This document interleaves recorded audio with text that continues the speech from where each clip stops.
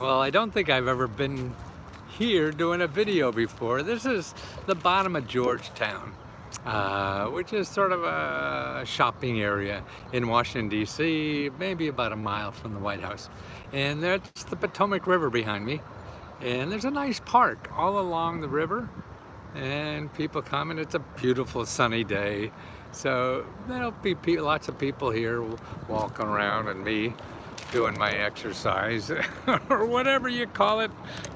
But it's fun, and it's fun to be outdoors, and actually it gives me energy, instead of talking in an apartment or whatever, looking at only the camera. Now I hear maybe it's the show business in me or whatever, that the audience passing by, and it's sort of fun. But I don't really see the title. I mean, this is interesting to me, what's going on in the workforce now. It seems that we're finally waking up to, man, the lower paid jobs are important, and we're going to have to pay more for them. And it seems like in the last couple of months, when they've been trying to hire more people, they just can't hire low paid people. Lots of reasons for that, but they're increasing it. It's the fastest wage increase than anything, since they've been recording wages. That's right, since they've been recording wages, this is the fastest increase in wages. And it's for wages for jobs that do not require a college degree. Okay, and actually about 75%, I think, of our workforce does not have a college degree. So this is most of the people, and everything is read and hear, and you need a degree, and this, a PhD, and that. Well, for most of the jobs you don't.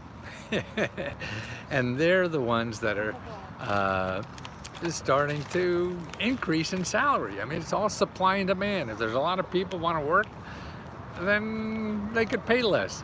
If there isn't, they got to pay more, and then somebody else. And I think to me, what it is that most of our employees in the country do not have a college degree, but the workers in our economy are getting less and less of a share of the economy. So the owners are getting more of a share. So the workers are getting less of a share. No wonder people don't want to work. We're working for somebody else to get all the money. And that's no fun. We want to share. So if they shared better, I'm sure more people will feel comfortable in working. And then they make you do stuff you don't want to do. And they make you feel not human. Don't do anything that's human and nice. Just get as much money as you can from these people. And that's not a fun job, and that's what we all bend our outlook on life, and our our principles and all that kind of stuff that we really stand by intellectually and in our heart, that we have to give up as soon as we get a job because they don't like that. I agree, but the business owners are to raise that's true too, but it's who knows? Got to start somewhere, right? And then people will stop buying. So if people stop buying because the price is higher, then that gets their attention too. So it depends, and it's a very complicated thing. I'm sure every time you press one lever, another, it's a balloon. You squeeze the balloon here, and it goes somewhere else up there. But all the stuff that's going on now with unemployment, and this is why, a lot of the states, like half the states now, have cut out that extra $300. But a lot of those states are giving it away in bonuses. So if you get a job, they'll give you an extra $1,000, $2,000, or whatever. It varies by state, so you got to see what's in your state. If you look back the last couple of videos, I did that, and I have a list of all the states that are doing it, but that changes every day. So you got to find out what your state is doing, and that's what you have. And what's happening too is that there's two indicators that are better, I think, than the unemployment. The percentage of unemployment, that's 6, 7%, 5%, maybe it's down to now 5.8. But the better ones are labor force participation. Well, it's okay. We have 100,000 people. How many are participating in the labor force, okay? And labor force participation is stagnant. So it's really, it dropped a hell of a lot, you know, from before the pandemic. And it was like at 74, then it dropped down to about, 64, then dropped down to about 60, and now it's about the middle, about 61. And it's still there. It hasn't come up very much yet, back up to 64% or whatever it's supposed to be. And also long-term unemployment. That's another interesting indicator. The share of unemployed who have been jobless for 6 months or more. And that came up, but it's still below, before the pandemic or before the recession. So that's another thing. We got to get more people working. That means the economy's doing better. They create more stuff and things like that. So that's what's important. What else do I have in here? Business owners continue to report difficulty filling open positions. Nearly half, 48% of the small businesses surveyed by the National Federation of Independent Businesses reported unfilled jobs opening, a record high for businesses and 26 points higher than the decade average. So it's a record high of unfilled jobs that they have, and that's what I sort of put in the title. So almost half the jobs are unfilled that they're trying to fill. And this is small businesses, so that gives you an idea that people need people, so you have bargains. That's why all these companies now are giving bonuses, $1,000, $600. So, like, there's, what do you call the, like 7-Eleven stores. I mean, the other ones, I don't know if 7-Eleven's doing it, but some of the others are giving like $500, $600 bonuses if you sign up to work there, They need people.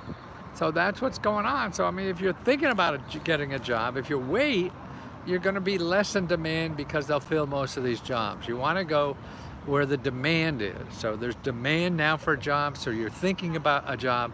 This is the time to do it because people are trying to fill jobs. You don't wait till all the jobs are filled, then you go try to get one. No, that's sort of like waiting for all the grants are gone. You want to apply for a grant before everybody else has, right? Because then you'll be getting one. If you apply for a grant after everybody else has applied, none left, sorry, wait till next year. So it's the same way with jobs. You want to apply when they're really looking for it. They can't find people. So you're a person they want to find. So you go out and show them you're available. And they're giving bonuses, see? So that's cool, and who knows if this is going to happen again. This is all uncharted territory. You can't say, well, next year it's going to be better. Nobody knows the trouble I've been. Nobody knows I don't know the words of that thing. I just know the nobody knows part. but nobody does know. So look at today. So if you're all hesitant about looking for a job, and that goes for the gig economy too. I mean, I'm going to do a lot more work on that because I think that's a great way to get work and you don't have to get married. It's sort of having a fling every day instead of getting married. Now that may be interesting, wouldn't it? Vegas, here we come. And so that's the way, because you need income, right? So if it's working for somebody else, or if you do a gig economy that's working for yourself, but somebody else does all the heavy lifting, but you still come and go as you please. Now that's neat, right? So that's like not having to buy the cow, but getting the milk. Isn't that some kind of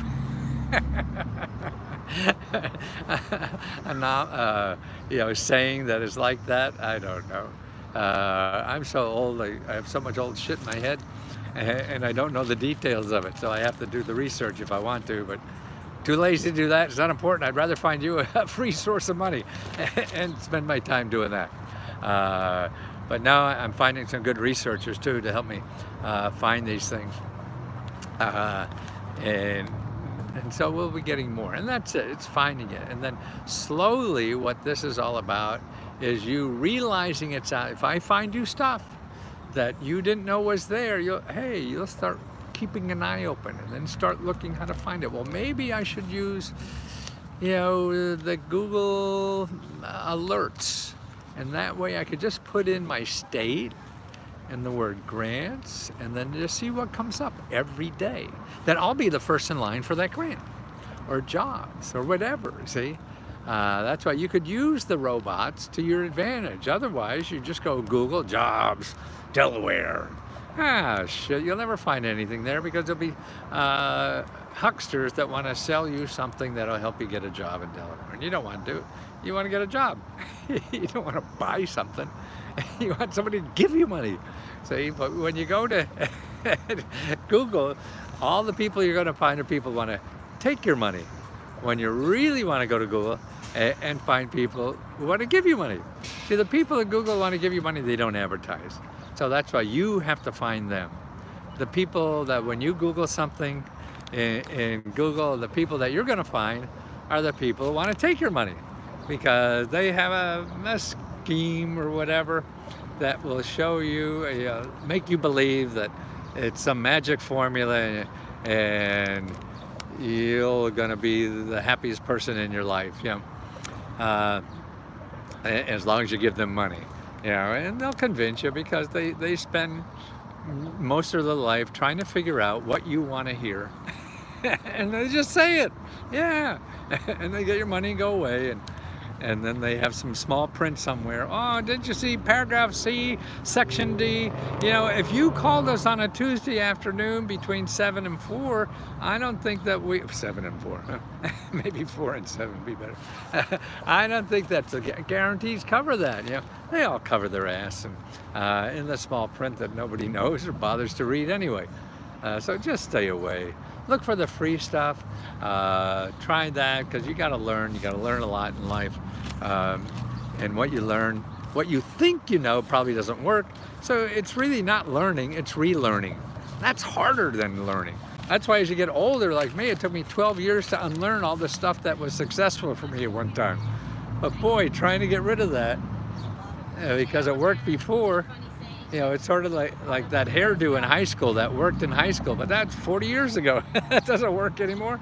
Nobody cares. Beehives are out of date. But it worked for you then, so why wouldn't it work for now? Well, I saw an article here about sleep problems. I'm running into more and more people that have trouble sleeping. I sleep like a log every day. I fell asleep babysitting for my grandchild. My wife really does the babysitting. I do the cheerleading, and just fell asleep by 10 o'clock or whatever. They came home by 11:30. Had to wake me up to drive home. But here, this is by the World Sleep Society. It says sleep problems actually constitute a global epidemic that threatens health and quality of life up to 45% of the world's population. So in other words, they're saying that 45% of the world's population suffers from some kind of sleep problems. 45%, that's half the world, has sleep problems. Why? You think that anybody can sleep? That's easy. You're born to do it, right? Not so. These are from the World Sleep Society, a nonprofit organization of sleep professionals. That means they know how to sleep a lot, or what? Dedicated to advancing sleep health worldwide. Okay. Add to that the multiple stressors caused by the pandemic. Okay, so there's a lot of stress because of including illness and loss of life, job loss, social isolation, and mental health issues. Right. I mean, I know people. Particularly our club members. They hope I could solve every problem. For $20, and a lot of times I can't. I've heard for these people, and so it's amazing why we get any sleep at all. They're saying one way to try to get good sleep is by exercising. Hear that? That's why I've been exercising for what am I, 78? Probably started about 28. That's 50 years. Holy God! And I've been running most of that. Just the last year or two, I just stopped running. Vigorous exercise surveyed by the National Sleep Foundation reported that they almost twice as likely to report high quality regular sleep compared to non-exercise. So vigorous exercisers that were surveyed by the National Sleep Foundation reported that they were almost twice as likely to report high quality regular sleep compared to non-exercisers. So those who exercise regularly have twice as much chance of getting a regular night's sleep, okay? And that's a hell of a difference, I would think. So get off your ass and do anything. I find walking, boy, man, and I spend an hour and a half, 2 hours walking. Well, I stop and talk to you guys for 20 minutes. But 6-7 miles, I mean, because I used to run that far, so it's nothing for me. But just start, do a half a mile, do a quarter mile, go around the block 3 times. Then do it 4 times. That's all it is. And you see, I mean, to me, it's therapy. It's not exercise. I guess it does, but it's therapy. You're thinking. You don't have all that crap, bombasting you. You're on the internet. You're, TV, all the screen shit. Sometimes I'll listen to podcasts or news or something. But no, the older I get, more I don't want to listen to anything. I just want my mind to be free and exercise free.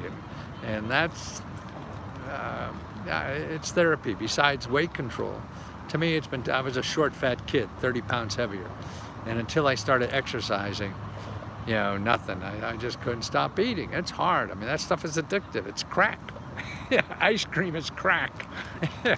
Bread is crack. Anything with refined sugar or refined flour, man, that's like eating crack.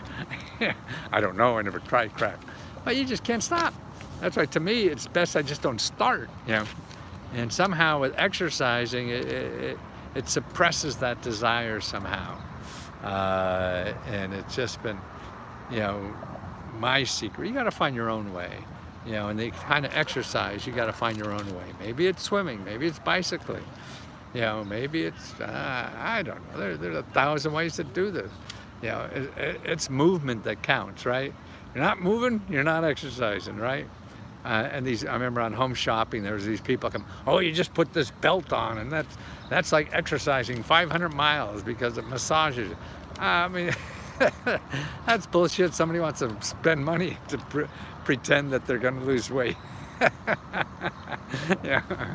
Well, we never get past that because our egos are too, and our laziness factor in all of us is too overwhelming and too easy to be satisfied. And that's how the sharks make their money.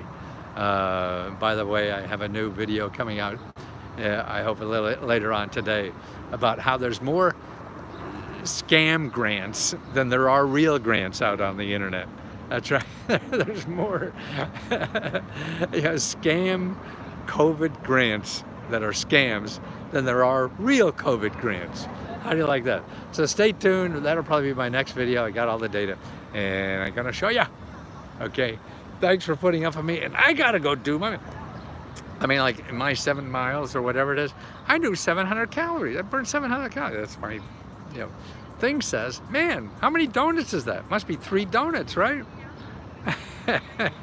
So if I don't burn that, that's how I gotta eat 3 donuts more today than you can, not gain weight. See, now that's the bonus. Talk to you later.